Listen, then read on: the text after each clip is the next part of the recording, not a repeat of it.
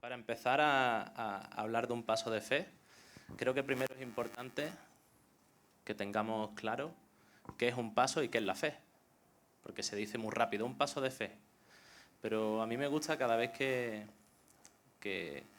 siento como que Dios me habla, intento ir al detalle, intento descifrar, intento profundizar qué significa cada una de las cosas, ¿no? Y cuando uno profundiza se da cuenta de mucho más de lo que a primera vista puedes ver. Por ejemplo, un paso, ¿sabéis todo el mundo lo que es un paso? Yo he mirado en la RAE y tiene 37 definiciones. 37. Y como no sabía con cuál quedarme, digo, pues voy a hacer yo una definición así. Pues sí, he hecho como un compendio, ¿vale? Y me he quedado con lo que a mí me ha gustado. Un paso puede ser el movimiento que produce un cambio de nuestro estado actual a uno futuro.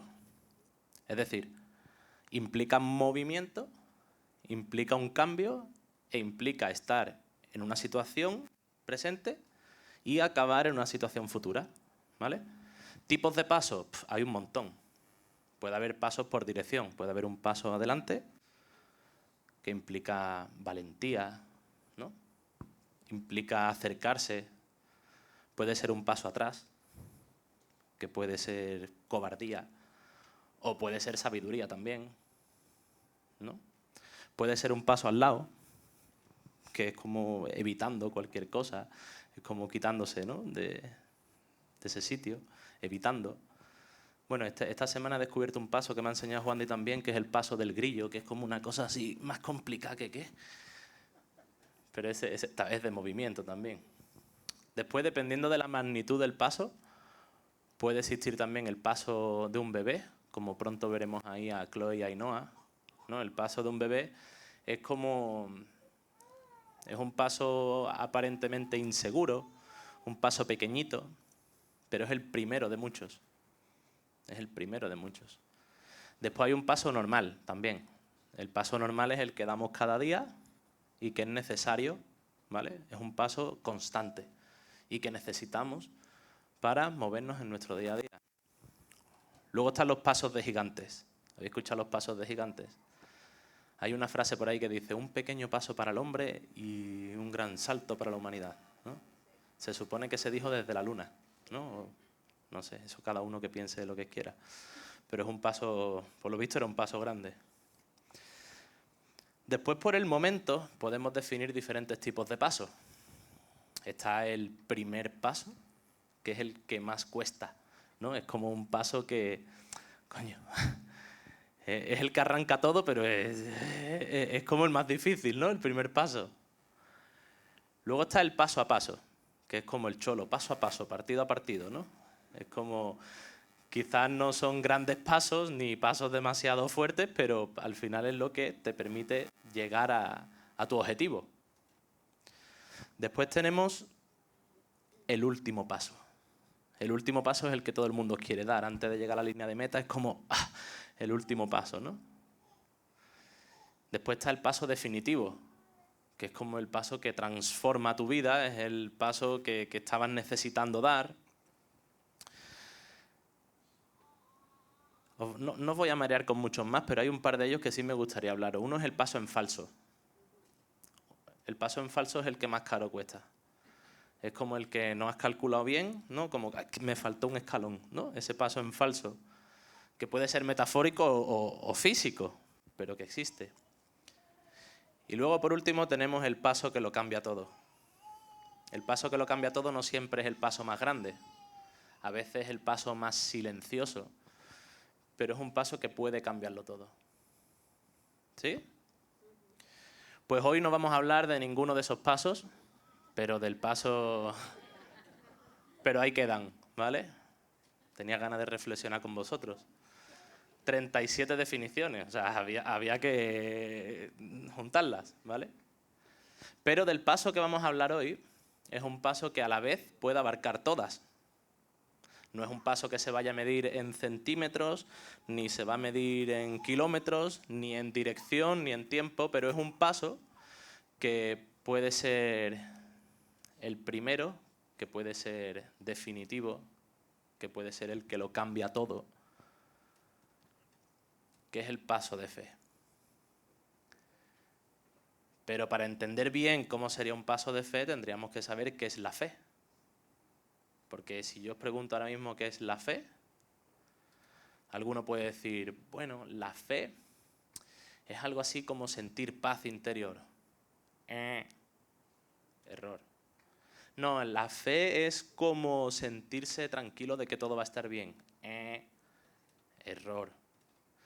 La fe es conocer lo que va a pasar. Error. No, la fe es como un sentimiento bonito que tiene uno dentro. Error. La fe es mucho más incómodo que todo eso. La fe es obedecer sin la necesidad de entender. Y esto al principio tú lo lees y dices, hostia, cuesta trabajo hasta masticarlo, ¿no? Hay mucho, como que hay mucho verbo, ¿no? Como obedecer sin necesitar entender. Mira, el mayor enemigo que puede tener nuestro paso de fe es el miedo. No es la dificultad, no son unos escalones, es el miedo. La circunstancia puede ser difícil, podemos ser cojos, pero lo más difícil para dar ese paso de fe es el miedo. Es el mayor enemigo de ese paso que queremos dar. Entonces, dar un paso de fe, juntando lo que es el paso y la fe, podría ser algo así como provocar un movimiento, ¿vale? Un paso de fe sería provocar un movimiento, ¿estábamos de acuerdo en el movimiento? ¿Sí? Sin saber lo que va a pasar, pero con la certeza de que tengo que hacerlo. Es decir, voy a repetirlo, porque ese creo que no está por ahí puesto. El paso de fe es provocar, no es el movimiento, es provocar un movimiento, ¿sí? Que aunque no tengamos, aunque no sepamos qué va a pasar ni cómo va a pasar, nosotros sentimos, tenemos la certeza de que tenemos que dar ese paso. Ahora la pregunta es, ¿de dónde saco yo esa certeza? Porque para dar ese paso sin saber a dónde voy, ni cómo voy, ni nada, ¿de dónde voy a sacar esa certeza? Vale, pues ahora sí nos vamos a la palabra, ¿os parece? Llegado a este punto nos vamos ahí a la palabra. Os he traído unos cuantos ejemplos bíblicos hoy, ¿sí? Como estamos leyendo, hemos empezado Josué ya, nos hemos leído todo el Pentateuco, para los que hace tiempo que no venís o es la primera vez, estamos leyendo la Biblia en un año, hemos leído Génesis, Éxodo, Levítico, Números, Deuteronomio y ahora hemos leído Job por medio y ahora estamos con Josué, ¿vale? Y a lo largo de estos libros hemos leído la historia de algunos personajes que todos vais a conocer y hoy quería traeros el ejemplo de los más clásicos, ¿vale? No me voy a andar ahí rebuscando, he traído los clásicos, ¿vale? El primero, Abraham. Abraham, en Génesis 12, 1, 4, del 1 al 4, he hecho un pequeño resumen, una compactación para no quedarnos aquí leyendo demasiado, ¿vale? Le dice Dios, deja tu patria y a tu familia y la casa de tu padre y vete a la tierra que te mostraré. Entonces Abraham no es que esté mal escrito, es que antes se escribía así y luego Dios le cambió el nombre, ¿vale? El que esté leyendo sabrá estas novelas guay de las que, ¿vale? Entonces Abraham partió como el Señor le había indicado. En esta época no había GPS, no había Google Maps, no había brújula. Abraham vivía una vida cómoda con su familia, con sus padres, con su mujer, o sea, súper tranquilo. Y de repente Dios le dice, Quillo, Abraham, haz las maletas, despídete, que nos vamos. ¿A dónde vamos? Que nos vamos. Vete a la tierra que yo te mostraré, no que te he mostrado, sino que te mostraré. Abraham empacó y se fue. ¿Creéis que eso es un paso de fe? ¿Es un movimiento? Sí. ¿Sabía dónde iba? No. ¿Sabía cómo iba a llegar? Tampoco. Pero él sabía que tenía que ir. Vamos con el siguiente ejemplo. Hermói. En Éxodo 3, del 10 al 12, Moisés, tan tranquilo, una vida tranquila, con su altibajo. O sea, cuando era pequeñito, era un bebé, lo metieron en un canasto y lo mandaron río abajo y tal, pero luego ya el tío como que tenía una vida más o menos cómoda y de repente Dios le dice, ahora ve, porque te envío al faraón. Tú vas a sacar de Egipto a mi pueblo Israel. Y Moisés le dice, pero ¿quién soy yo? Además que le dijo así, pero, ¿quién soy yo? Moisés era un poquito tartamudo. Imagínate que le dice, ve a hablar con el faraón y vas a sacar al pueblo de Israel de Egipto. Y Moisés fue. ¿Creéis que es un paso de fe? Se produjo un movimiento, se fue hasta Egipto a hablar con el faraón. No sabía cómo iba a hablarle al faraón ni cómo iba a sacar al pueblo de Israel. Sin embargo, tenía la certeza de que Dios iba a estar con él. Y eso le movió. Siguiente personaje. Josué.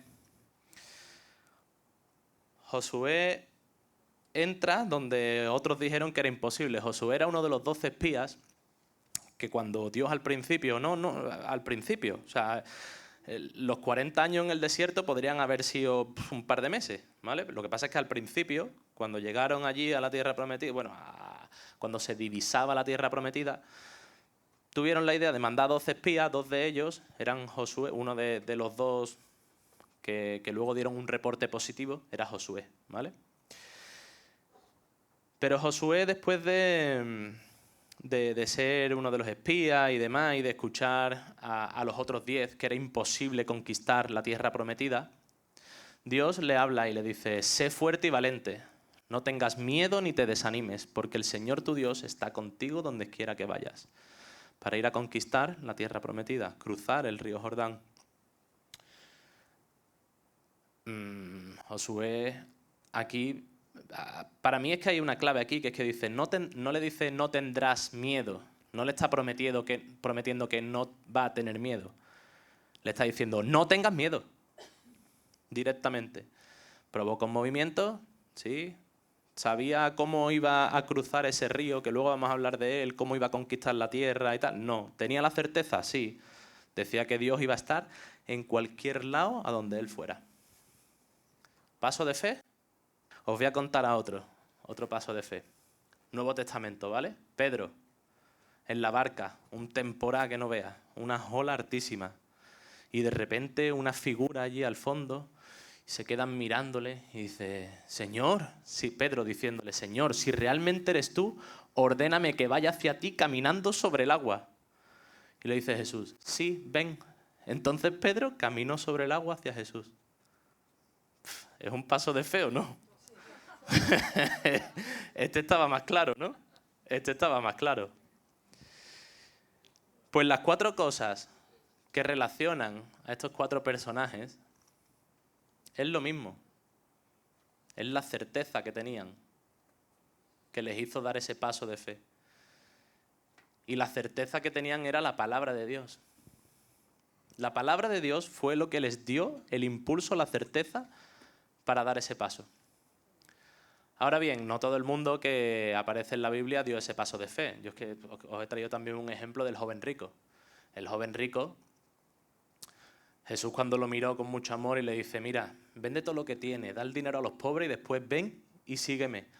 A otro al que le dice, ven y sígueme, ¿no? Palabra de Dios, del mismo Jesús, delante tuya, ven y sígueme, vende todo. Y le dice, al oír esto el hombre se fue triste porque tenía muchas posesiones. ¿Se entiende? ¿Dio el paso de fe? No. Pues hemos visto a unos cuantos que dieron el paso, a otro que no, por miedo. Fue lo que le bloqueó, el miedo a perder todas esas posesiones que tenía. Y ahora quiero que veamos cómo Dios preparó al pueblo de Israel para el paso más importante de la historia. El paso más importante de la historia del pueblo de Israel es lo que estamos leyendo ahora. Llegar a la tierra prometida. ¿Sí? Cuando Moisés va a morir, os voy a hacer una descripción muy breve. Moisés saca al pueblo de Israel, 40 años dando vuelta por el desierto, 40 años porque estuvieron esperando a que murieran todos los de la primera generación. Es decir, todos los que salieron de Egipto, mayores de 20 años, murieron todos. Ninguno llegó a cruzar el río Jordán y llegar a la tierra prometida. Eso fue la segunda generación. Incluso Moisés fue el último que quedó y dedica el libro entero, prácticamente medio libro de Deuteronomio, Moisés dando un discurso que yo no sé, ese hombre tendría agua porque es larguísimo, es larguísimo, o sea, es medio libro y no hay una coma, no espera que el pueblo diga nada, es pum, pum, pum, es una locura. Pero cuando Moisés está a punto de morir, Moisés también, bueno, tuvo lo suyo, ¿no? Ahora hablaremos de eso también. Pero Dios estuvo insistiendo muchísimo en que siguieran exactamente las instrucciones que Dios le daba. Hay yo que sé cuántos capítulos repitiendo lo que hemos visto en los anteriores capítulos, pero es que quería que le quedara claro. Porque la primera generación cometió un error y Dios entendió la urgencia de concienciar a la segunda generación de que no fueran por el mismo camino. Y ahí os va. Cuando Moisés va a morir, quien le sustituye es Josué, aquel que fue espía, es el que le sustituye. Imagínate Moisés en lo alto de la montaña viendo la tierra prometida y Dios diciéndole, Moi, tío, si no le hubiera pegado el par de palos a la roca, tío, ya, bueno, tal, sí, bueno, venga, vamos a bendecir al pueblo. Moisés se pega una bendición a cada una de las tribus, tal, y le dice, Josué, te toca, es tu turno. Y cuando Josué empieza, Dios se dirige directamente a él y le dice en el mismo capítulo, miren, en el mismo capítulo le dice 3 veces, sé fuerte y muy valiente, ten cuidado de obedecer todas las instrucciones que Moisés ya te dio, pero que te las voy a recordar. No te desvíes de ellas ni a la derecha ni a la izquierda, entonces te irá bien en todo lo que hagas. Estudia constantemente este libro de instrucción. Fijaos que no habla de mis mandamientos, de mis obligaciones, habla de libro de instrucción. Y le dice luego, medita en él de día y de noche para asegurarte de obedecer todo lo que allí está escrito. Solo entonces prosperarás y te irá bien en todo lo que hagas. Meditar en la palabra no es una recomendación espiritual. No es, oye, te iría bien si leyeras la palabra. No es una recomendación. Dios aquí directamente lo que está diciendo. La diferencia entre entrar en la tierra prometida o quedarte en el desierto es que medites de día y de noche en las instrucciones que te doy. De hecho, Josué, cuando empieza su libro, Josué es el paso de fe más físico, más visible que pueda haber en la Biblia. Porque Josué cuando empieza es una pasada. Josué cuando empieza, Dios le dice, están enfrente del río Jordán, que es lo que tenía que atravesar, y el río Jordán estaba desbordado, o sea, estaba llenísimo, ¿vale? Y le dice Dios, oye, dile a los levitas que cojan el arca del pacto y que se dirijan hacia el río. Entonces los levitas van con el arca del pacto. En el arca del pacto contenía la presencia de Dios. Y los levitas eran la tribu designada para encargarse de llevar la presencia de Dios. Y cuando dice la Escritura que en cuanto los sacerdotes que cargaban el arca tocaron el agua con los pies, el agua que venía de río arriba comenzó a amontonarse, quedando paralizada y permitiendo que todo el pueblo de Israel cruzara el río. A continuación, ¿sabéis qué pasó? Que le dijo, oye, mira Jericó. Jericó era la ciudad que habían visto desde lejos, amurallada, con un enemigo, con unos guerreros, llamémosle, inexpugnables. Eran bestias. Y le dice Dios, mira, o sea, tú imagínate Josué, que estaba diciendo, a ver si me da el plan de guerra, me da como una estrategia, ¿no? Que diga, pon los soldados delante y pon atrás unos arqueros, entonces mete a 10.000 por la derecha. No, le dice, mira, durante 6 días va a coger con un cuerno y va a darle vuelta a la muralla. Y ahí van dándole vuelta a la muralla. Y dice, pero el 7.º día, dale 7 vueltas. Que la 7ª vuelta que des, empezaréis todos a gritar y las murallas caerán. Y así pasó. Primero le dijo, he entregado en tus manos a Jericó, tú y tus hombres de guerra marcharán alrededor de la ciudad una vez al día cada 6 días. Marchando, tocando Y dice que cuando el pueblo escuchó el sonido de los cuernos de carnero, gritó lo más fuerte que pudo y las murallas de Jericó se derrumbaron. Es decir, cada vez que Israel, el pueblo de Israel, ¿vale?, actuaba sin entender, pero obedeciendo a Dios, Dios le ayudaba. Si os fijáis, primero los levitas dieron el paso en el río Jordán y luego Dios obró el milagro y paró el agua. Primero los levitas, o sea, imaginaos que tú vas a atacar a tu enemigo y te pones a darle vueltas, tocando la trompeta, o sea, si te escuchan los tuyos, ¿cuánto no te van a escuchar a los rivales, no? Tuvieron la fe de hacer todo eso y Dios les acompañaba y los bendecía. Ahora bien, hasta aquí todo más o menos bonito, menos el joven rico, todo más o menos bonito, ¿verdad? Pero acordaos que esta gente de Israel acababan de recordarle las instrucciones. Acababan de ver cómo Moisés, antes de morir, les bendecía. Pero cada uno de estos personajes que hemos visto terminó fallando en algún momento. Incluso el pueblo de Israel terminó fallando. Y ahí es donde quiero que vayamos hoy también.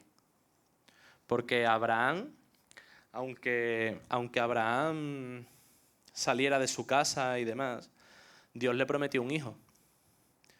Pero cuando ya Sarai, que era la mujer, tenía 90 años, le dijo, Abraham, el Señor no me va a permitir tener hijos. Ve y duerme con mi sierva. Y Abraham aceptó la propuesta de Sarai. Eso dio lugar a ese hijo llamado Ismael, que a día de hoy sigue siendo motivo de disputa, motivo de discordia, ¿verdad?, de los ismaelitas. Abraham se adelantó a Dios, porque Dios terminó dándole un hijo con Sara, con 100 años a Abraham, pero él se adelantó. Moisés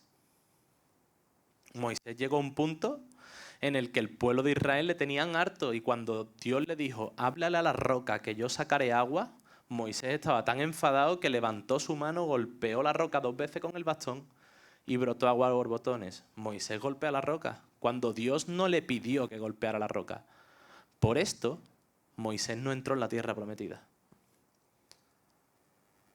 Tenemos el ejemplo también de Pedro. Pedro andó por el agua, pero andó por el agua mientras que iba mirando a Jesús. Dice que cuando vio el viento fuerte y las olas, se aterrorizó y empezó a hundirse. Es decir, él iba corriendo, andando, mirando a Jesús, y cuando miró a sus circunstancias, empezó a hundirse.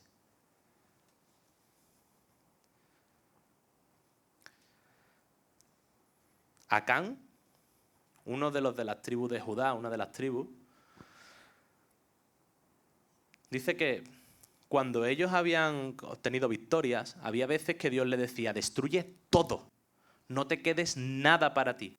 Y otras veces le decía, puedes quedarte con las mujeres y los niños y el ganado y tal. Dios iba instruyendo de qué podían hacer. Y en una de estas, dice la palabra que un hombre llamado Acán tomó alguna de esas cosas consagradas y el Señor se enojó con los israelitas. Tanto que en la siguiente batalla fueron sin hablar con Dios y terminaron perdiendo. Después de haber matado a miles y miles, fueron a una batalla facilita y se los cargaron. Y la primera generación de Israel estaba por el desierto y no paraban de murmurar, no paraban de quejarse.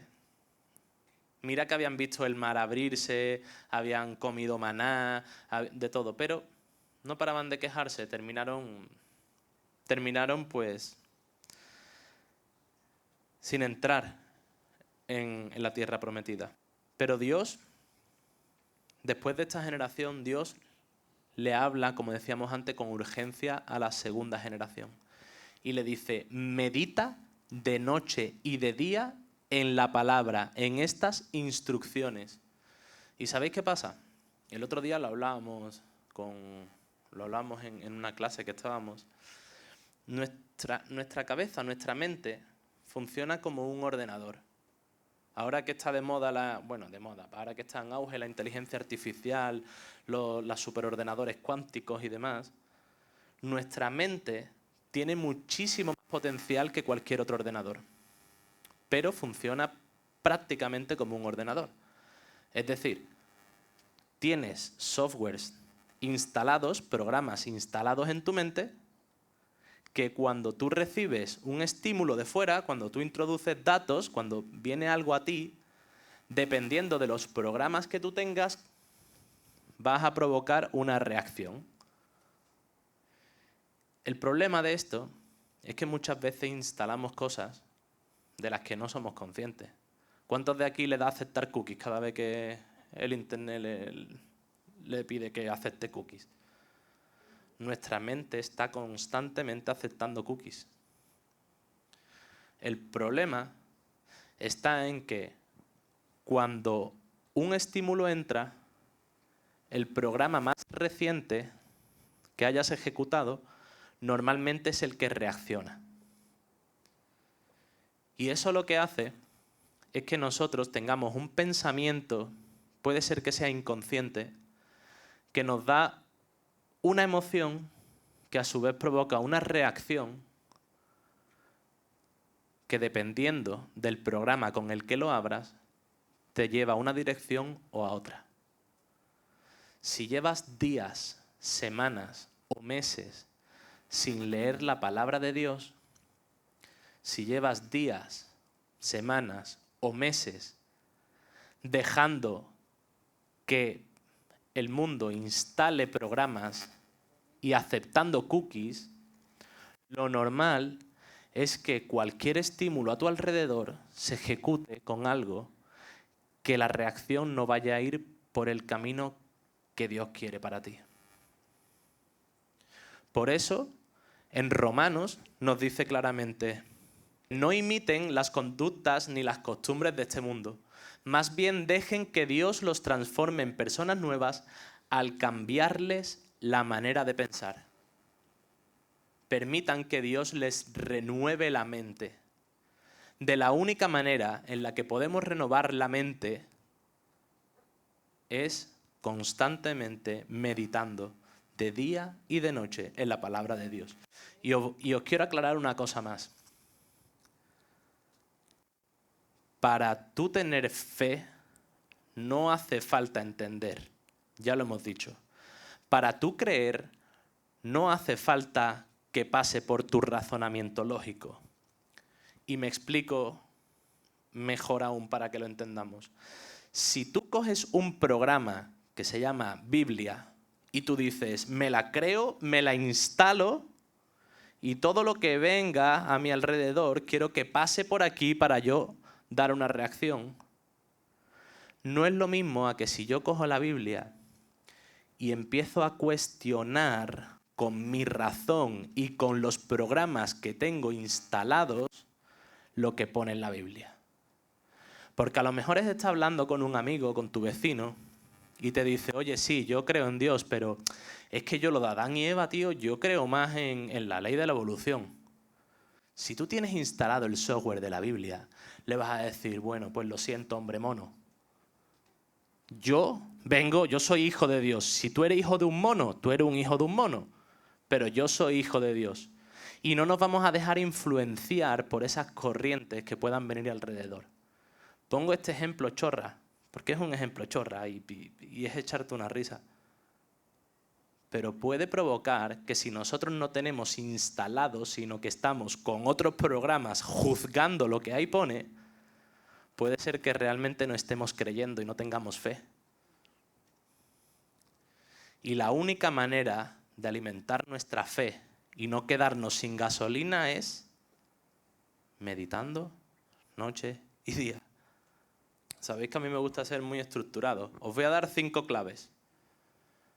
5 claves fáciles para seguir, hacer paso de fe. Primera, ánclate a la palabra. La emoción se acaba, la palabra permanece.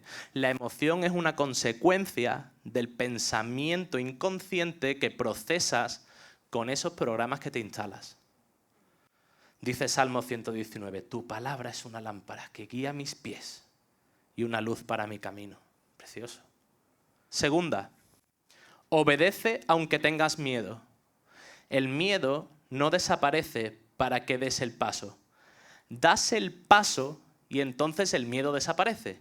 Es decir, ay, me da miedo dar el paso. Vale, cuando des el paso no tendrás miedo, porque ya has dado el paso.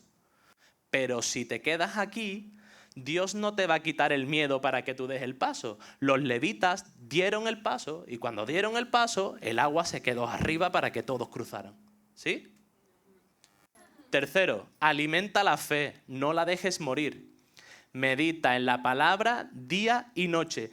Y esto no es un ritual, esto es supervivencia. Lo necesitamos.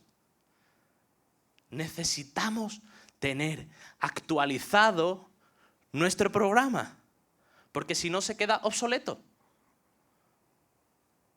Cuarto, da el paso, el milagro viene después. Dios no abre el camino para que des un paso. Abre el camino cuando das el paso. Porque si no, no sería un paso de fe, estarías persiguiendo un milagro. Pero la palabra dice, los milagros te perseguirán a ti cuando tú des un paso. Sí. Y la última, dice, busca su presencia, no vayas solo. Una cosa, no vayáis de aquí todos saliendo, voy a dar un paso de fe. No, espérate. Busca la presencia de Dios. Antes de moverte, busca a Dios. Moisés le dijo al Señor, si tú no vas con nosotros, no tiene sentido que nosotros vayamos a ningún sitio. Lo importante es tener la certeza de que Dios va con nosotros y entonces daremos el paso. Y si lo vemos así, entendemos que no hay ninguno de los ejemplos que hayamos puesto antes que realmente lo haya cumplido. Pero ¿sabéis la diferencia que hay entre Abraham, Moisés, Josué y cada uno de los que estamos aquí hoy? ¿Sabéis cuál es la diferencia? Cristo. Cristo cogió cada una de esas 5 claves y las llevó hasta el extremo. Primero, Jesús se ancló a la palabra de Dios. Cuando lo llevó al desierto para ser tentado, Él le dijo, la gente no vive solo de pan, sino de cada palabra que sale de la boca de Dios. Él se ancló a la palabra de Dios. Segundo, Él obedeció aunque tenía miedo. Cuando estaba en Getsemaní, le dijo, Padre, si quieres, te pido que quites esta copa de sufrimiento de mí. Sin embargo, que se haga tu voluntad y no la mía. Obedeció. ¿Tenía miedo? Por supuesto. ¿Sabéis que Él tenía? Era la naturaleza humana y la naturaleza divina. Él en su naturaleza divina sabía que había ido para salvarnos a todos. En su naturaleza humana estaba asustado. Tenía miedo. Pero obedeció. La tercera, Jesús alimentó su fe, no la dejó morir. Dice que a la mañana siguiente, antes del amanecer, Jesús se levantó y se fue a un lugar aislado para orar. Él era el mismo Dios. Era el Hijo de Dios. Y se levantaba temprano y se iba a orar. Tú lo haces. Lo estás haciendo tú. Él era el Hijo de Dios. Y entendía que tenía que alimentarse. ¿Cuánto más nos tenemos que alimentar nosotros? El siguiente, Jesús dio el paso y el milagro vino después. El Padre me ama porque sacrifico mi vida para poder tomarla de nuevo. Nadie puede quitarme la vida sino que yo la entrego voluntariamente. Jesús dio el paso, se entregó. ¿Y luego qué pasó? Resucitó. El milagro vino porque Él dio el paso de entregarse. No podía morir, no podía resucitar si no moría antes. Dio el paso de entregarse en la cruz. Y por último, Jesús siempre buscó la presencia de Dios Padre. Nunca fue solo. El Hijo, Él decía, palabras de Jesús, el Hijo solo puede hacer lo que ve hacer al Padre. Todo lo que hace al Padre, también lo hace el Hijo. Estaba completamente alineado, tan alineado que sus últimas palabras fueron: Dios mío, ¿por qué me has abandonado? En otras versiones decía: Abba, ¿por qué me abandonas? Estuvo en la presencia de Dios durante toda su vida, y en el momento que tuvo que separarse para ir hasta lo más profundo del infierno, fue el momento que Él más sufrió. Pero ¿sabéis qué? Hay una muy buena noticia. Hay una muy buena noticia. Y es que la diferencia entre Josué, Moisés, Abraham y nosotros es Cristo, por una razón. Y es que Él hizo ese milagro de resucitar, no solo para ser recordado, sino para que hoy nosotros podamos tener una relación directa con Dios, sin ningún intermediario, sin ningún sacrificio vivo. Pero no solo eso. Os voy a hablar, por último, del paso de fe colectivo más grande de la historia. Pentecostés. Cuando los discípulos estaban siendo perseguidos, cuando Jesús murió, Jesús les dijo: aguanten, no se vayan de Jerusalén hasta que el Padre les envíe el regalo que les prometió. En Jerusalén estaban buscándoles para matarlos, querían acabar con esa corriente que estaba provocando todos los discípulos de Jesús, que estaban dando su vida por Él. Sin embargo, Jesús les dijo: no se vayan, aguanten, porque aunque Juan bautizaba con agua, en unos pocos días ustedes serán bautizados con el Espíritu Santo. ¿Y sabéis qué pasó? Que el día de Pentecostés, los 120 que estaban allí, todos los creyentes que estaban reunidos en un mismo lugar, y de repente se oyó un ruido desde el cielo, y llamas parecidas a lenguas de fuego se posaron sobre cada uno de ellos, y todos fueron llenos del Espíritu Santo. Entonces hoy tú tienes la posibilidad de tener comunión con el Espíritu Santo. Tú tienes la posibilidad de renovar tu mente, renovar tu fuerza, renovar tu alma y tu espíritu gracias al Espíritu Santo. Ahora, el paso lo tienes que dar tú. Porque el paso de fe es provocar un movimiento que nos lleve a no sé dónde y no sé cómo, pero que tengo la certeza que tengo que dar.